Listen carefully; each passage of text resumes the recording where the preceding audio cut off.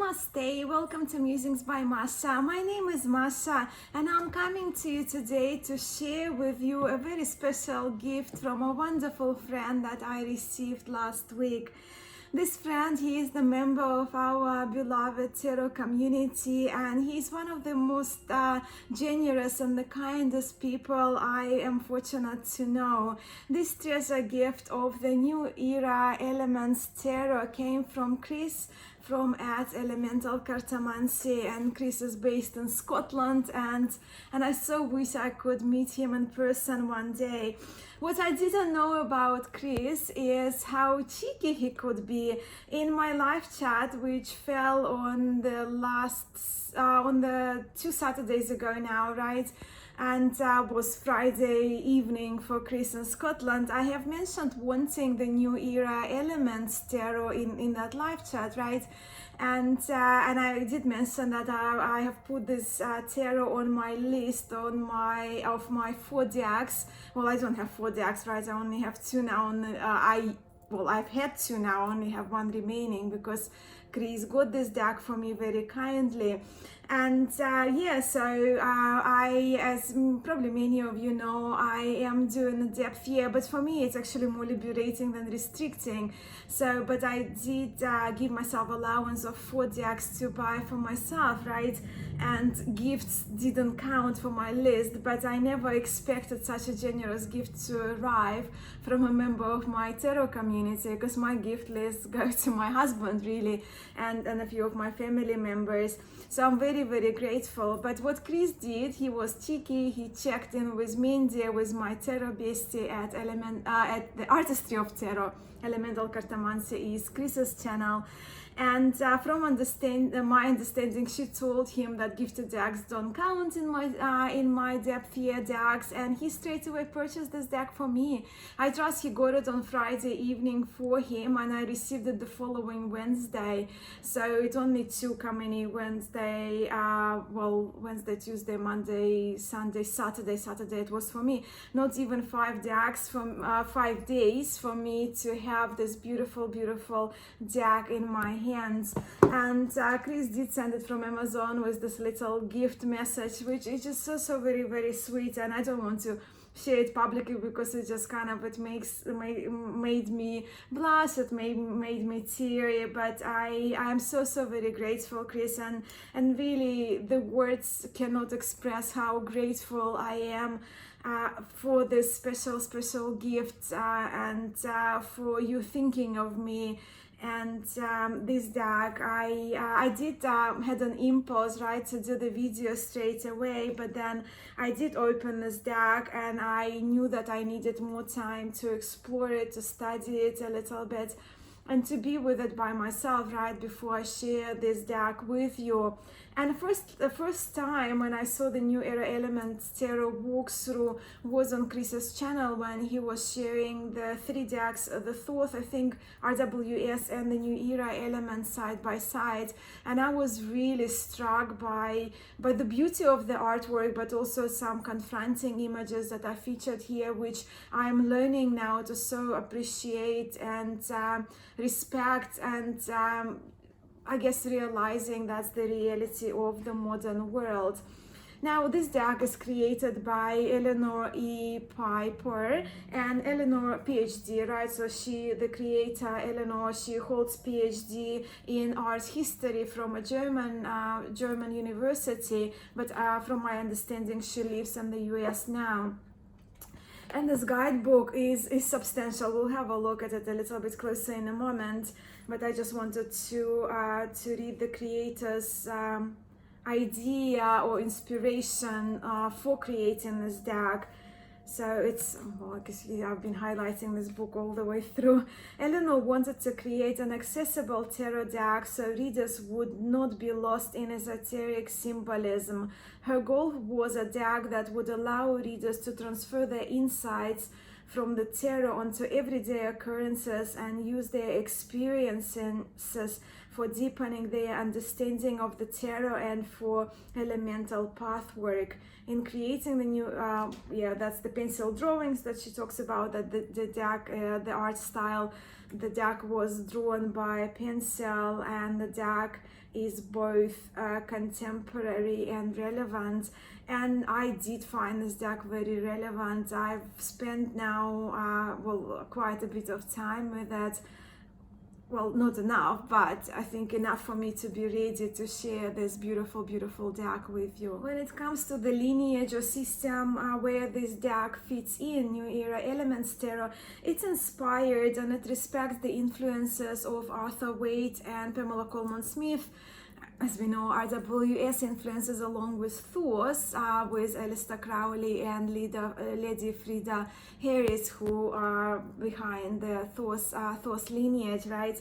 But Eleonore, she interprets the cards through the imagery, through the stunning, striking art into the modern day, right? That's why it's called New Era Elements Tarot. And when it comes to elements, we don't have a suit of pentacles or wands or swords or cups here, but instead we have the elements of fire, water, air, and earth that replace the elements that we're familiar with in our RWS and Thor's inspired decks. But now let's turn the camera around and we'll have a closer look to the cards, to their smaller size, which is really exciting, their quality, and I'll share a few pages of the guidebook with you as well, and then we'll have a look at the cards together. So this deck is published by the US Games and it comes in a sturdy box. It's kind of black and white but more sepia toned deck. That's the back of the box. And it's really, really sturdy, right? And if we slide, it's very easy to open too. The inside of the box is white. And we'll just have a quick look at the guidebook, which is a little guidebook, little white book, right? But it's rather substantial. We have here the yin and yang symbol. And as you can see, I've highlighted quite a bit there already in the book. So it does have that quick introduction from the creator. At the back, what I read for you, there is a page dedicated to the biography of the creator, Eleonore F. Pieper. And we have a couple of spreads. One of them featured is in the cards. And yeah, so they're the cards, how they are described. So what I love, let's just open any of the cards.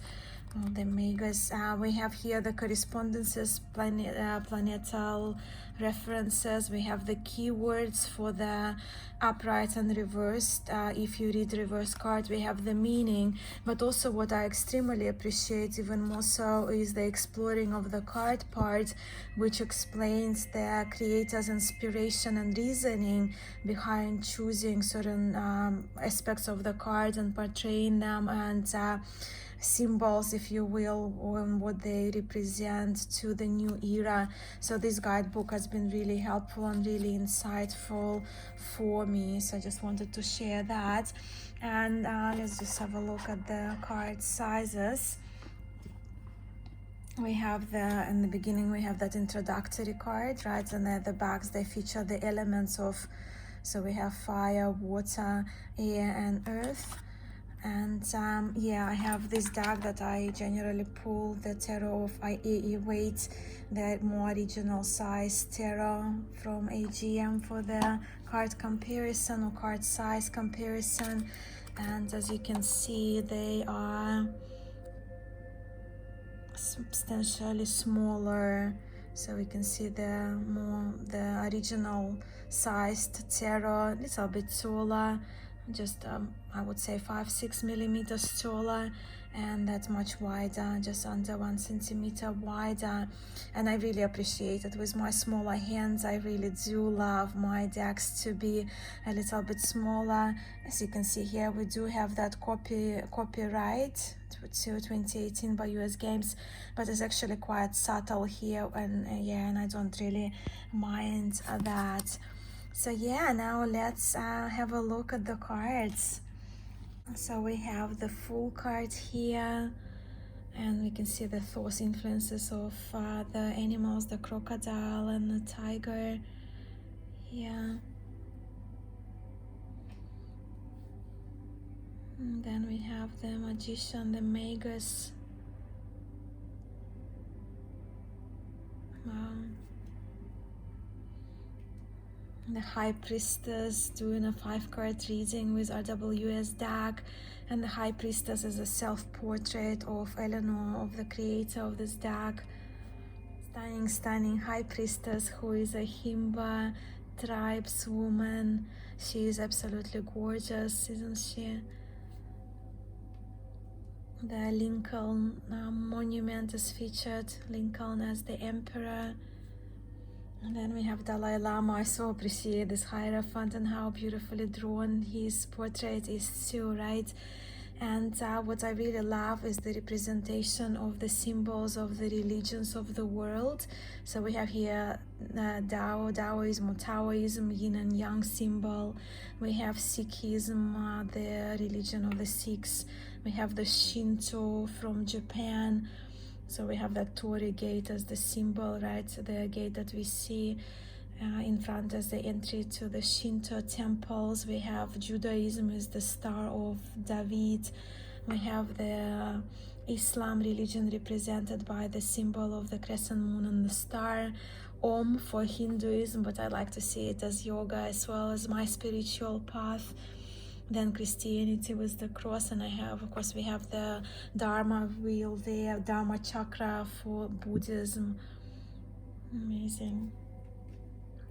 The older couple for the lovers, which I absolutely love. Again, that idea of choices, as they have chosen to stay together throughout their lifetime together, and we see them initials of their family members under the tree. The Chariot. And we have the kind of resembling tank, right, which clears the way forward, not necessarily battling or going into the war, but this card is about protection and clearing the path forward. And then we have the Indian tightrope dancer for the adjustments. Adjustment, again, that's the Thor's influence that we see with the title of the card. The Hermit. I love him, and we don't see him carrying the lamp, but the street light there is his lamp. Wheel of Fortune. So we have this casino wheel, we have playing cards, we have the DNA influence, and we have Faber Estua Quisque Fortunae. I actually did study Latin at university for 1.5 years, but yeah, don't mind, forgive my pronunciation on this one. But what it means is that everyone is the maker of their own fate, which is the Wheel of Fortune. The Strength. I love it so much.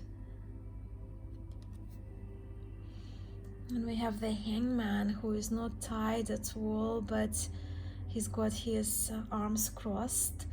He looks like he's contemplating, pondering on something, thinking. He's hanging upside down, as if he's just kind of reversing his position, right? Going upside down to reflect what needs to change, to contemplate. And Death. We have the skull, we have the poppy flowers behind, and we have the Temperance. So we have here an Indian looking person who offers the water to the sun, who makes the offering to the sun. Again, very reminiscent for me in the yoga tradition that we do sun salutations every morning, right? We salute the sun. And then we have the Devil. That's again the card that can be quite confronting to look at, and it references that the harmful things are not done by the evil or the devil, but they are done by people who have those stronger ideologies, I guess, as their reasoning behind. The Tower, another powerful card that represents, I guess, that duality, I guess, right? The good and the bad. So we have the destruction of the Berlin Wall here at the bottom, and at the top is the reference to 9/11, right? Which brought fear and destruction and death, when the Berlin Wall, the destruction of it brought the good, right, and the freedom. The star.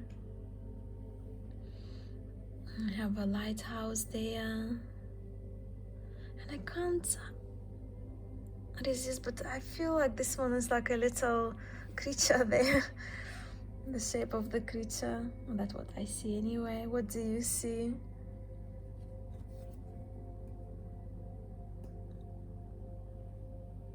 The moon.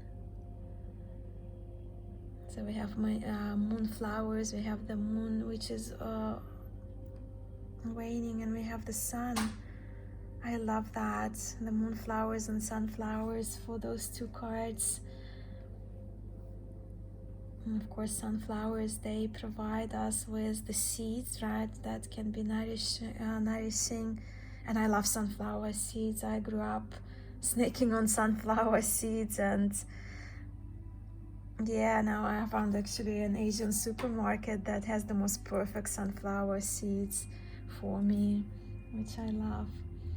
The Judgment, so the man is looking into the mirror, and that's for me is powerful too. As for me, when it comes to judgment, self-judgment plays a huge part, and I'm working on being hard on myself, right?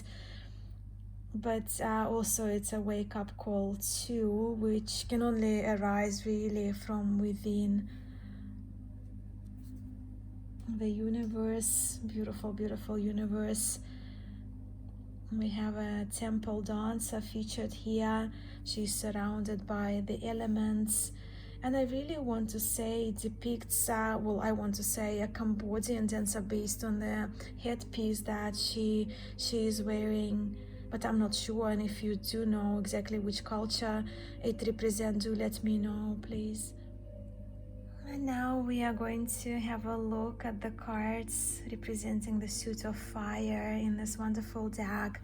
So this is the Ace of Fire, and we have that fire in the middle, and the elements, the aces, the depiction of the aces are featured there on the back of the cards, which are not reversible, but I don't need read reversals anyway.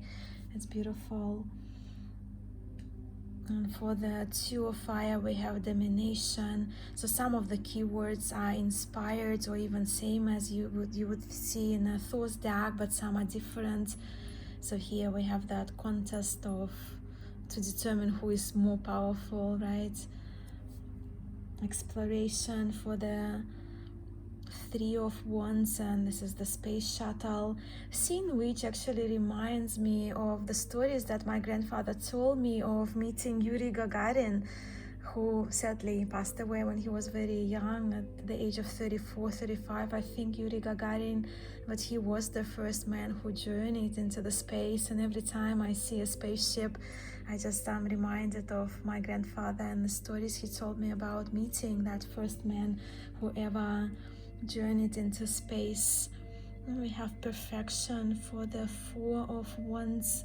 We have the Fire Juggler here, perfecting her art. Conflict. We have that Fire Jet shooting down into the settlement. For the Victory, Six of Wands, we have a very happy marathon runner crossing the line. The Bravery for the Seven of Fire, not Wands, Seven of Fire. We have two firemen that's moving through the smoke. Swiftness, racing cars for the Eight of Fire. Power for the Nine of Fire, energy, or the energy facility we see here. And I've just referred to the book, so it's California-based National Ignition Facility, and we have the 9 beams reflecting the light. And number 10, Oppression, this card is another one that is rather triggering to me, and it featured quite a sad, understandably so, looking leopard in captivity in a cage, and I believe all that's still the reality of the world, right? But it's gotta stop. And then we Moving on to the Quartz of Fire, Daughter of Fire. And Quartz of Fire, they refer to African continent because we are, as humans, as Homo sapiens, we began as species on the continent of Africa. So these cards, they feature Maasai tribe people. So that's the Daughter of Fire. I have the Warrior depicted as the Son of Fire. A mature woman for the Mother of Fire with that traditional beaded jewelry. And then we have that mature Father of Fire as well, mature man. This is the suit of water. Again, that water element represented here, just as on the back of the card. I love the love for the Two of Water, two seahorses dancing. It's beautiful. I love seahorses. I love that Three of Cups, three waterfalls for the abundance. And I guess abundance can be referred to all areas of our life in such a luscious setting as well. And Four of Water, comfort, and we see the beautiful seal pups. I love seals too. Such an adorable card. Another one, quite a confronting, triggering card, which is also kind of the reality, right, that we experience in the world. And the dead fish could be due to the water pollution or drought on our planet. Six of Cups, beautiful card with children splashing the water, playing, being joyful. Seven of Water is illusion, referring to the 7 hills at the back that seem to be reflected in the water in the lake, but the lake itself is the illusion. It's a mirage, right? It refers to the mirage in the deserts. Another triggering card of the beautiful turtle trapped in a fishing net, and the turtle is really about to lose her life, sadly. And again, that's what we experience with the industries and fishing industry too, that those beautiful sea animals get trapped. But quite an opposite of that, right, is the joy for the 9 of Dolphins, featured for the 9 of Water. It really is the card that you look at and it brings you joy. The dolphins are traveling upwards towards the light of the sun. And I love that. I see dolphins quite often when I go to the ocean, when I go bodyboarding, and sometimes they don't come too close to me to touch, but they come closer so you can see them better when they jump out of the water to play. And reflection for 10 of Water. You see here the body of water, clear waters of possibly a lake. And now we're moving on to the Quartz of Water, which feature people of Polynesian descent who we know have a great knowledge of the waters of the ocean. And this is a Maori girl, a beautiful Maori young woman who is wearing the hei matao. Hei matao is a fish hook. I'm actually wearing one of the jade pendants from New Zealand, but let me show you a few pieces I have. I absolutely love New Zealand, and I love learning about Maori culture. I've been to New Zealand 4 or 5 times now, 5 times. And every time I go, I get a piece of their carving from jade nephrit or jade stone. And that's the one that I have of the hook that is called hei matao. And from my memory, hei means suspended and matao will be hook, so you suspend it on your neck, right? So you wear it as a pendant. And then we have a Hawaiian male wearing leaves and shells and nuts as his garland. Beautiful depiction. The mother of water features another Maori woman, and she has the Mao Moko, which is Maori facial art tattoos, and she's wearing the koro pendant, which you probably have noticed. I actually am wearing it as I'm filming this video. Just let me take it off to show you. So that's the koro pendant, and it's well, koro pendant refers to every piece of the jade stone, right, of the carvings that you wear as a necklace from Maori heritage. It has that meaning, or why you would wear it, or what you would like to invite into your life. So the koro pendant is koro is actually what it resembles is the unfolding native fern, native New Zealand fern, and they're beautiful to see as well. And that spiral itself depicts the beginnings, new beginnings of life, positive change, harmony, hope, peace and tranquility. And it also is a symbol of creation in Maori culture, which for me it represents the second chakra as well.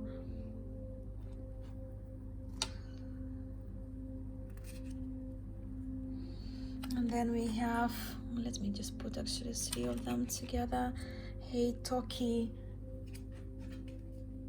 And Hei Toki is the suspended resembling arts or X, right?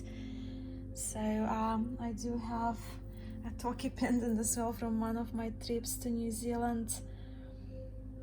And this is, of course, as we can see, the father of water. He also has the facial tattoos, right? Mao Moko tattoos, and he wears the Arts X symbol pendant, symbolizing that he is a warrior. But this pendants, these carvings in the form of the X, they are symbols of strength, and they also associated with deep symbolism associated with mana. And I trust in Hawaii it's also mana, which in yoga is prana or chi or ki, right? The life force. It's also a symbol of focus and bravery. And I didn't actually mention what this one symbolizes. So the hook, Hei Matao, right, is the good luck charm, and because of the hook, so it's you wear it for safety in the water, safe travel over the water, and it signifies good health and prosperity as well. And while I'm on it, while I'm sharing with you my New Zealand jade pieces that I acquired over years of my travels to New Zealand, I have another one which is quite actually popular in New Zealand, and this one is Hei Tiki. Remember, Hei is suspended, right? So you wear it on your neck, and Tiki is referring to the first human, first man, or well, kind of henman, if you will, right? But he is hanging on your neck, and it represents the human form of us as humans and the ancestors. And generally it's a symbol of good luck as well, like a hook and protection, but also it links the past, present and future, and it's referred to a deep thought.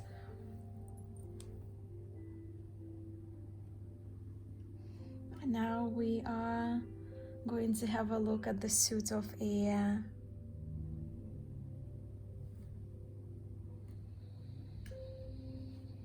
For the 2 of air, we have very graceful, beautiful cranes that are dancing. 3 of air, and we can see reference to the 3 of swords we're familiar in RWS deck. It's another card that invites strong reaction from me, right? And it evokes that strong reaction to see a person shooting up and choosing to deflect from possibly feeling the grief that very often that 3 of swords, not necessarily I agree with, but it's often referred to. We have 4 of air, we have the 4 albatross birds, and they're spaced out in their nests. For the five of swords, 5 of air, I keep calling them swords still. 5 of air is the defeat, which features the spider, which has defeated a locust, and he captured some other creatures there. But also it can refer to that mental web that we may be stuck in. For the 6 of air, we have knowledge, and we have that satellite flying above our planet. For deception, we have a cuckoo bird deceiving another bird as it lays its eggs in the nest of the bird of another species. For the air, 8 of air, we have interference, and we have the crows interfering into probably the hunt of the hawk, right? Interfering into his space, distracting him. Very confronting. 9 of air, cruelty. Yeah, animal cruelty, animal testing, animal dissections for the sake of science doesn't sit very well with me. We can do better, in my opinion. And for the 10 of air, we have the vulture and the dead animal, vultures and the dead animal here too. Daughter of air, she is a young Japanese woman, and you can see in the traditional clothing pulling out her katana, her sword. What a beautiful card. The son of air is a thoughtful and calm looking Chinese man. The mother of air is the Mongolian dancer wearing her traditional costume, and it's all in the guidebook that Eleanor provided as the source of the inspiration behind the choices she made for the cards. And the father of air is a Chinese man wearing that metal chain, which father of air, right, that represents source for us, the metal, and he seems to be contemplating something. And so we have the last suit, and the last suit for us today is the suit of earth. This is the ace, beautiful 2 of the earth, featuring the tree that we see the warmer and the colder seasons featured here.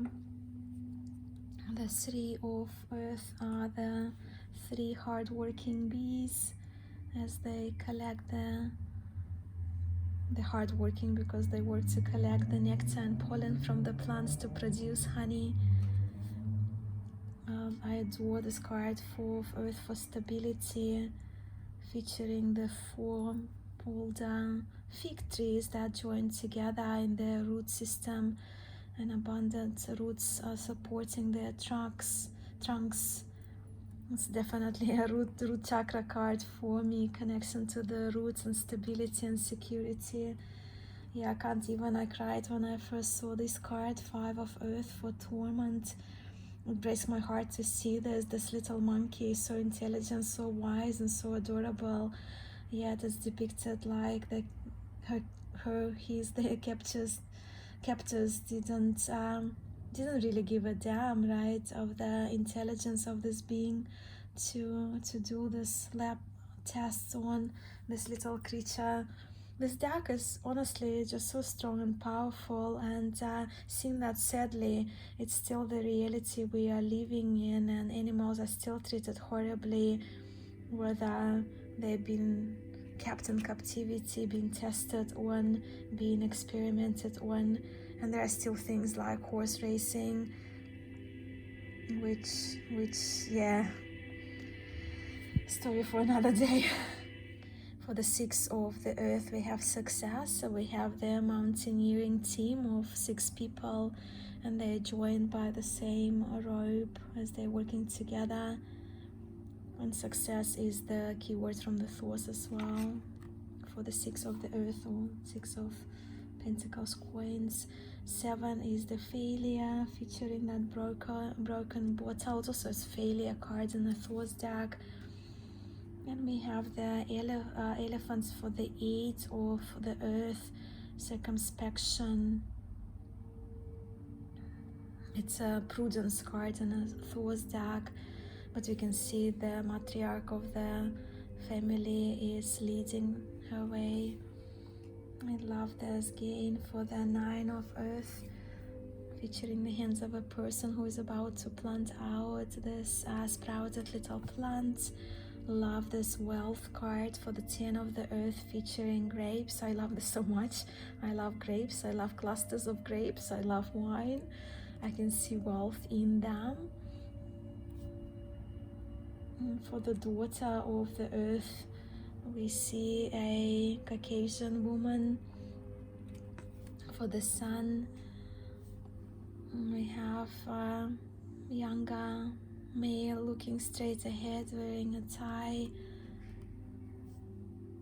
Mother of the Earth is a mature looking but yet kind looking, very grounded looking older woman. And then for the father of the Earth element, we have a mature man who is dressed rather casually and who looks quite welcoming and friendly. And the last card in the deck is the card with that New Era elements tarot spread, which I'm yet to do. I also wanted to share that I have edged this deck in sort of this brownish, copperish brown color, and I really love the way it turned out. And let's have a look how it shuffles. It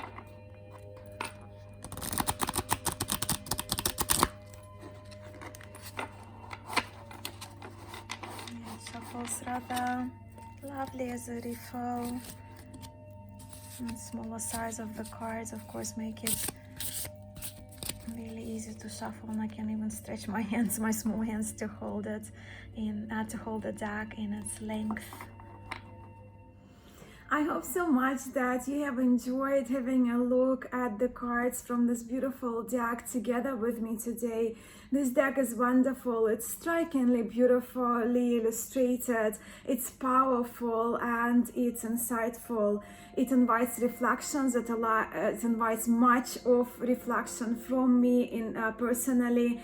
And it's very special, even more so now that it came from such an amazing friend who I know loves this tarot as well. I'm very much impressed by the New Era Elements Tarot by Eleonore Pieper, who PhD, it's stated in the box, right, PhD in the art history. And I now understand even more so why another community member, Gerald, at the Tarot Mage and Hermit Mage, and Tarot Star, she's got 2 channels, right? That he was so on point by choosing this deck for Sadhana's challenge with 1 week of compassion, which I've been doing behind the scenes, but by being spending 2 or 3 even days with 1 card, and I think I will use this deck for the remaining time that I'm doing with that insightful challenge as well. I'm also very curious to know, well, you probably, some of you have this deck, some of you don't, but having seen these cards, which ones do you find confronting and which ones do you love? And they don't have to be exclusive, right? It can be really, they don't have to exclude each other. And do you have this tarot, by the way? If you do, how has your experience been with this deck? And if you don't, what do you think of the cards? And do you find some confronting cards as deal breakers? I would love to hear from you, because this deck, like for me, I don't have enough words to express how powerful it's been for me thus far, and insightful too. And I want to take another minute to say my thank you to Chris Kelly from Elemental Cartomancy. Chris, I am so beyond grateful. I'm so thankful for such a thoughtful, kind gift from you, which will be treasured forever in my, and no words. It's probably time for me to say goodbye before I start being teary again. Thank you so much, everybody, for spending this time with me, and I'm sending you so much love and light. Namaste.